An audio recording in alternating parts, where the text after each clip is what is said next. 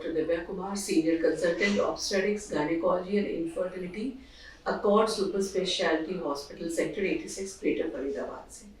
आज हम डिस्कस करेंगे कुछ वार्निंग साइंस जो हमें फील होते हैं प्रेगनेंसी के दौरान। प्रेगनेंसी एक फिजियोलॉजिकल कंडीशन है, जैसे हम सब जानते हैं, बहुत ही वेलकमिंग और physiological, that is one part of your life which all women and the whole family in fact wait long for this, and it is a time of celebration, it's a time of happiness, but in सब के बीच में हमें कुछ warning signs ज़रूर पता होने चाहिए जिससे अगर वो हमें फील हो रहा है या we are undergoing all those things, हम उसके थ्रू गुजर रहे हैं, तो these are the signs जब हमें अपने डॉक्टर से immediately मिलना होता है। तो let's start with the warning science of the pregnancy. जो सबसे पहला जो वार्निंग साइन होता है वो ब्लीडिंग। हम सब जानते हैं जो पहला साइन प्रेगनेंसी का होता है वो अमेनोरिया यानी एब्सेंस ऑफ मेंसेस। मतलब पूरे 9 महीने जो प्रेगनेंसी का टाइम होता है उसमें हमें वेजाइनल ब्लीडिंग नहीं होती है, जो नॉर्मल मेंस्ट्रुअल साइकिल होता है वो भी स्टॉप हो जाता है, और वो एक सबसे पहला साइन होता है जब हमें पता चलता है कि शायद प्रेगनेंसी हो गई हो। तो कॉन्ट्रैरी टू दिस, जब भी हमें प्रेगनेंसी में ब्लीडिंग होती है तो ये एक वार्निंग साइन होता है, ये एक एबनॉर्मल साइन होता है। और ब्लीडिंग को मैं थोड़ा और इलैबोरेट करना चाहूँगी। Bleeding is like any vaginal discharge. Normal vaginal discharge is whitish और like light yellowish in colour. So any vaginal discharge जो लाइट पिंक हो, ब्राउन हो, ब्राइट रेड कलर का हो या ब्लैकिश कलर का हो, ये सारे एबनॉर्मल होते हैं। बिकॉज कई बार हमें लगता है ये पिंक कलर ही तो है, इसको ब्लीडिंग तो नहीं कहेंगे। यूजुअली जो पेशेंट्स हमारे पास आते हैं दे विल से कि मैडम ब्लीडिंग तो नहीं हुई है, बस थोड़ा पिंक आ रहा है। So that is what I want to clarify very clearly, like it should be very clear in your mind कि एनी काइंड ऑफ डिस्चार्ज जो वाइट या येलो से अलग हो, उसका कलर लाइट येलो हो भी, थिक डार्क येलो भी, व्हाइट और लाइट येलो नॉर्मल कलर होता है डिस्चार्ज का।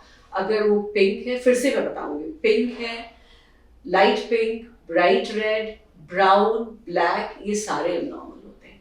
अब इसका कारण क्या होता है? जो what we are looking for or what we are afraid of when you come to us with a bleeding through vagina or a bloody discharge or a spotting through vagina। तो ये अगर हम प्रेगनेंसी को 3 trimester में बांटते हैं, first trimester, second trimester, third trimester, तो तीनों ट्राइमेस्टर में जो है ब्लीडिंग एबनॉर्मल ही एक सिम्टम होता है। फर्स्ट ट्राइमेस्टर की बात करें तो ब्लीडिंग जो है वो थ्रेटेंड अबॉर्शन यानी अबॉर्शन का खतरा होता है फर्स्ट और सेकेंड दोनों ट्राइमेस्टर में। तो इसमें क्या होता है कि कभी कभी जो रीज़न मोस्टली होता है कि कभी कभी जो प्रेगनेंसी बनती है वो प्रॉपर नहीं बनती, तो ये नेचर का एक तरीका होता है उसको क्लियर करने का, तो वो स्पॉन्टेनियसली ब्लीडिंग शुरू होकर और अबॉर्शन की तरफ बढ़ता है। कभी कभी क्या होता है कि जो आवर या प्लासेंटा जिसको कहते हैं, वो यूजुअली जो प्लासेंटा होता है वो यूट्रस के ऊपरी हिस्से में इम्प्लांट होता है। अगर वो यूट्रस के माउथ के पास इम्प्लांट हो गया तो that is the unusual place, और अगर वहाँ प्लासेंटा इम्प्लांट हो जाता है तो प्लासेंटा वहाँ पे अच्छे से, आप ऐसे समझो लेमैन्स लैंग्वेज, कि वो स्टिक नहीं कर पाता यूट्रस के वॉल से, तो वहाँ से थोड़ी थोड़ी ब्लीडिंग शुरू हो सकती है। फर्स्ट ट्राइमेस्टर में एक और बहुत इम्पॉर्टेंट कंडीशन है जिसको हम एक्टॉपिक प्रेगनेंसी कहते हैं।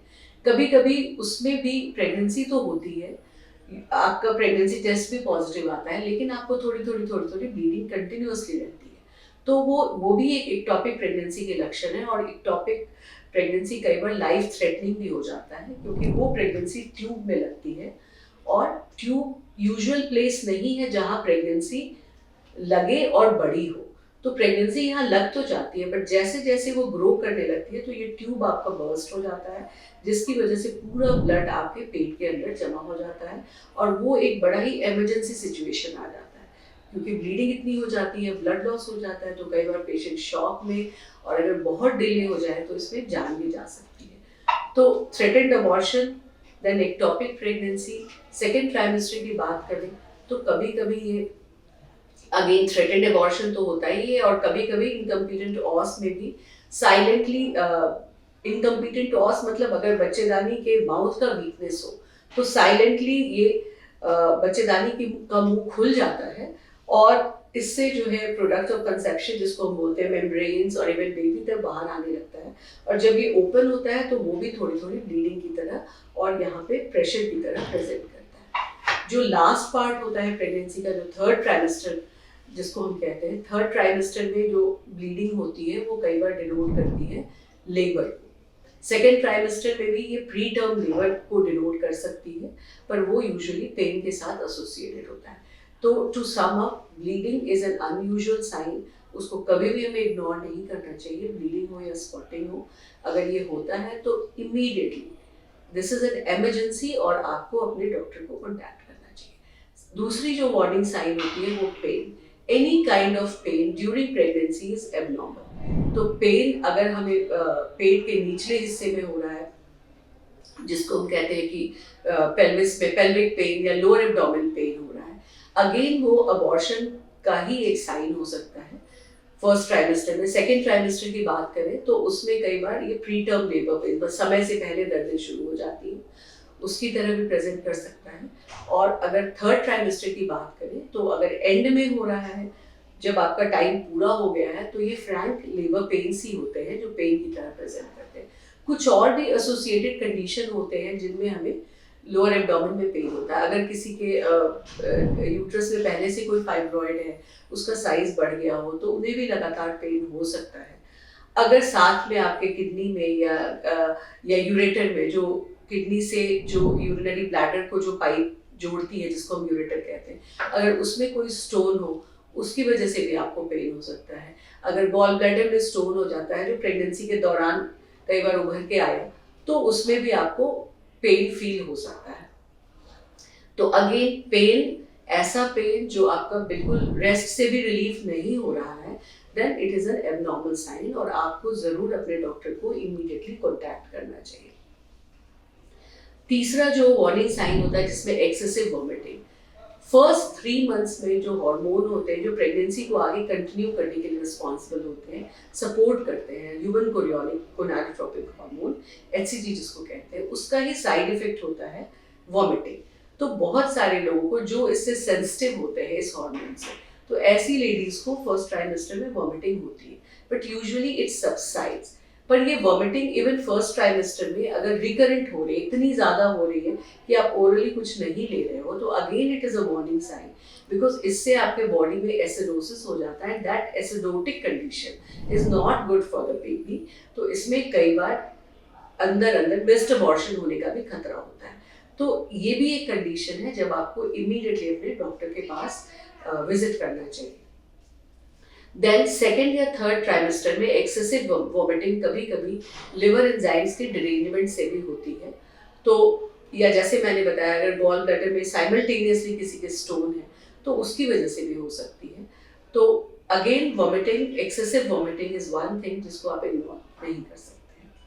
Then coming to the next symptom, warning symptom fourth, that is intense etching.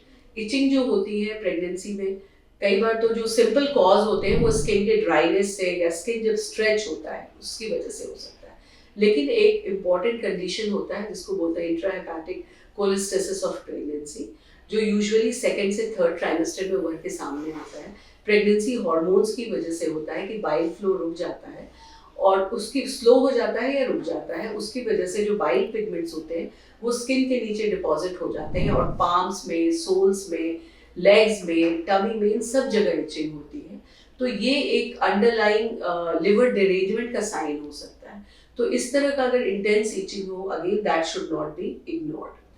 अगर पूरी, then coming to the fifth point, that is swelling. अगर पूरी बॉडी में स्वेलिंग हो रही है, फेस पे या लिम्स में, ये स्वेलिंग अंडरलाइंग खून की कमी जिसको एनीमिया कहते हैं उसका कारण हो सकता है, या प्रेगनेंसी जो है वो हमारे किडनी पे बहुत ज़्यादा लोड डालती है। तो अगर किसी में पहले से थोड़ी बहुत किडनी की कोई डिजीज़ हो, वो प्रेगनेंसी में किडनी के ऊपर लोड एक्सेस हो जाता है, तो वो डिजीज़ भी उभर के सामने आती है। तो किडनी डिजीज़ की वजह से भी फेशियल स्वेलिंग हो सकती है, और हार्ट के ऊपर भी प्रेगनेंसी लोड डालती है। तो हार्ट डिजीज़ भी अगर उभर के सामने आ रही है, जिनकी हार्ट वीक है, हार्ट का फंक्शन वीक है रादर, तो उनकी भी लेग्स की स्वेलिंग और इनफैक्ट पूरे बॉडी की भी स्वेलिंग हो सकती है। तो again this is one side जिसको हमें इग्नोर नहीं करना चाहिए। अगर हमें प्रेगनेंसी के दौरान सिवियर हेडेक हो रहा है या विजुअल डिस्टरबेंस हो रहा है, तो ये भी एक सिम्टम होता है इन ऑल द यूजुअली ये जो प्रेगनेंसी एसोसिएटेड हाइपरटेंशन यानी प्रेगनेंसी की वजह से बीपी बढ़ने लगता है कई पेशेंट्स का। और बीपी अगेन ये पूरा एक स्पेक्ट्रम होता है, बीपी बढ़ना, बीपी का फिर असर जो है किडनी पे आ जाता है और किडनी के बाद ये हमारे ब्रेन के ऊपर इसका असर आ जाता है, जब खून की नसें भी फट सकती है। इसको जेस्टेशनल हाइपरटेंशन, प्री क्लेम्शिया, इक्लेम्शिया, एक पूरा स्पेक्ट्रम होता है डिजीज का। तो किसी भी तरह का हेडेक या विजुअल डिस्टर्बेंस होता है, वो उसे हमें इग्नोर नहीं करना चाहिए। वो हाई ब्लड प्रेशर का एक पहला लक्षण भी हो सकता है और हमें इमीडिएटली डॉक्टर की सलाह लेनी चाहिए, क्योंकि ये माँ और बच्चे दोनों के लिए खतरनाक हो सकता है। देन अगर हम थर्ड ट्राइमेस्टर की बात करें, थर्ड ट्राइमेस्टर में क्योंकि बेबी का जो मूवमेंट होता है that is the only parameter जिससे माँ समझ सकती है कि बच्चा माँ के पेट में बिल्कुल स्वस्थ है, हेल्दी है और लाइव है इनफैक्ट। तो बेबी फीटल किक काउंट या केयरफुल फीटल मूवमेंट रिकॉर्ड ये एक चीज होती है जो जैसे ही 30 वीक्स के ऑनवर्ड्स हम लोग पेशेंट्स को बोलते हैं कि you have to keep a count of baby's movement. ये बहुत इंपॉर्टेंट होता है जिससे माँ ये जान सकती है कि बच्चा माँ के पेट में बिल्कुल ठीक है। तो ये भी बहुत इंपॉर्टेंट होता है। इसका जो रूल होता है पूरे दिन में at least when you are awake 10 to 12 movements आपको फील होने चाहिए।